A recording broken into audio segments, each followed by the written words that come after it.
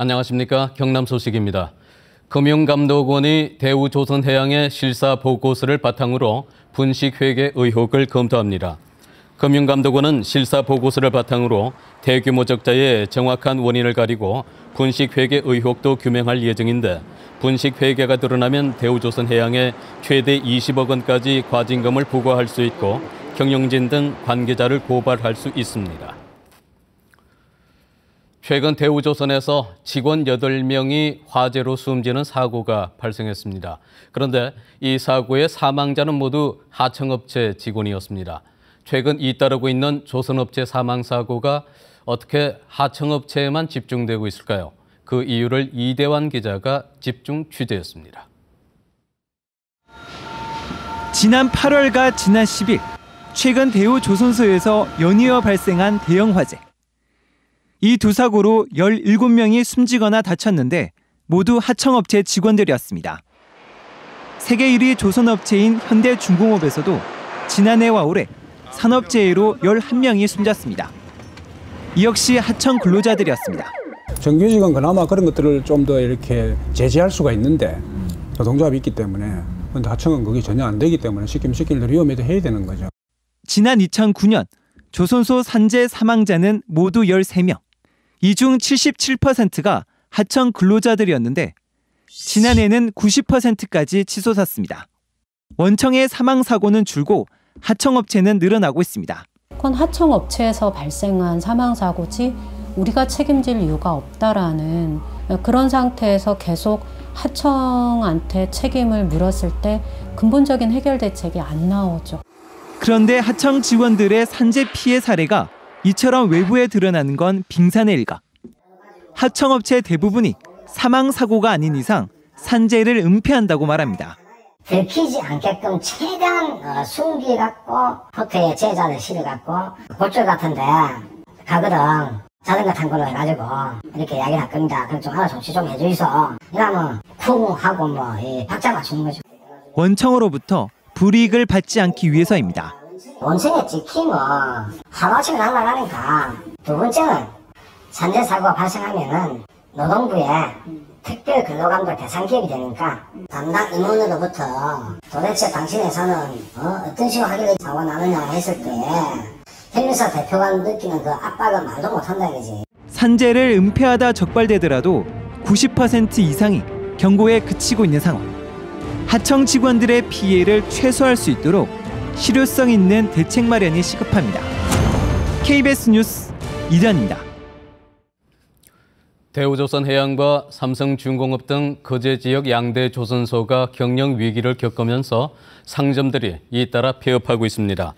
거제시에 따르면 지난 6월부터 10월까지 5개월 동안 시내 중심가와 조선소 주변 지역을 중심으로 음식점과 소매점, 생활서비스업 등 거제 지역 상가 1,611곳이 폐업한 것으로 나타났습니다. 자본이 잠식된 STX 조선해양 사측이 제시한 구조조정안을 노동조합이 조건부 수용했습니다. 노조는 내년까지 인력 30%와 급여 10% 삭감 등 고강도 구조조정안에 대한 동의서를 회사에 제출했다고 밝혔습니다. STX 조선해양은 법정 관리나 추가 자금 지원 등 처리 방향을 놓고 산업은행의 실사를 받고 있습니다. 경남경찰청 국제범죄수사대는 대낮에 노래방에서 단체로 마약을 한 혐의로 29살 A씨 등 베트남인 8명과 이들에게 마약을 판매한 베트남인 등 모두 11명을 구속했습니다. A씨 등 8명은 지난 12일 오전 11시 반쯤 창원의 한 노래방에서 마약 엑스터시를 음료에 타 단체로 복용한 혐의입니다. 경찰은 또 이들에게 마약을 판매한 베트남인 2명과 장소를 제공해준 베트남 출신 노래방 주인을 구속했습니다. 1592년 임진왜란 당시 최초의 육지 전투에서 대승을 거둔 1차 진주성 승리를 기리는 진주대첩 기념식과 축하 공연이 오늘 경남문화예술회관 대공연장에서 열렸습니다. 이와 함께 진주성 싸움에서 장렬하게 순절한 의병과 백성들을 추모하는 7만 순위 합동 분향제가 진주성 임진 개사 순위단에서 거행됐습니다. 대한적십자사 경남지사는 형편이 어려운 가정의 겨울 나기를 위해 김장을 담가 나눠주는 봉사 행사를 개최했습니다. 적십자사 경남지사는 오늘 오전 KB국민은행 경남지역본부와 함께 김치 12,000kg을 담가 도내 취약가구 1,200가구에 전달했고 오후에는 북한 이탈 주민 80가구에도 김치를 전달했습니다. 경남형 혁신학교인 행복학교의 의미와 내용을 함께 나누고 고민하는 행복학교 축제가 오늘 경남교육연수원에서 열렸습니다. 이번 축제에서는 행복학교 1년을 교육감과 함께 이야기로 풀어내는 토크 콘서트와 놀이마당, 지난 1년간 운영사례 토론 등이 이어졌고 학생과 학부모들의 자치활동과 네트워크 활용 등이 소개됐습니다. 축구 발전에 이바지한 고 전영두 전 경남축구협회장의 업적을 기리는 생활체육축구대회가 오늘 마산에서 열려 17개 시군에서 34개 팀 1,000여 명이 참가해 내일까지 경기를 치릅니다. 고 전영두 회장은 경남축구협회장과 경남FC 대표이사를 역임하며 무학기 축구대회 창설과 경남FC 창단, 창원축구센터 유치 등 축구 발전에 이바지했습니다. 통영 강구안에 정박 중인 거북선이 독일 항구축제에 처음으로 참가합니다.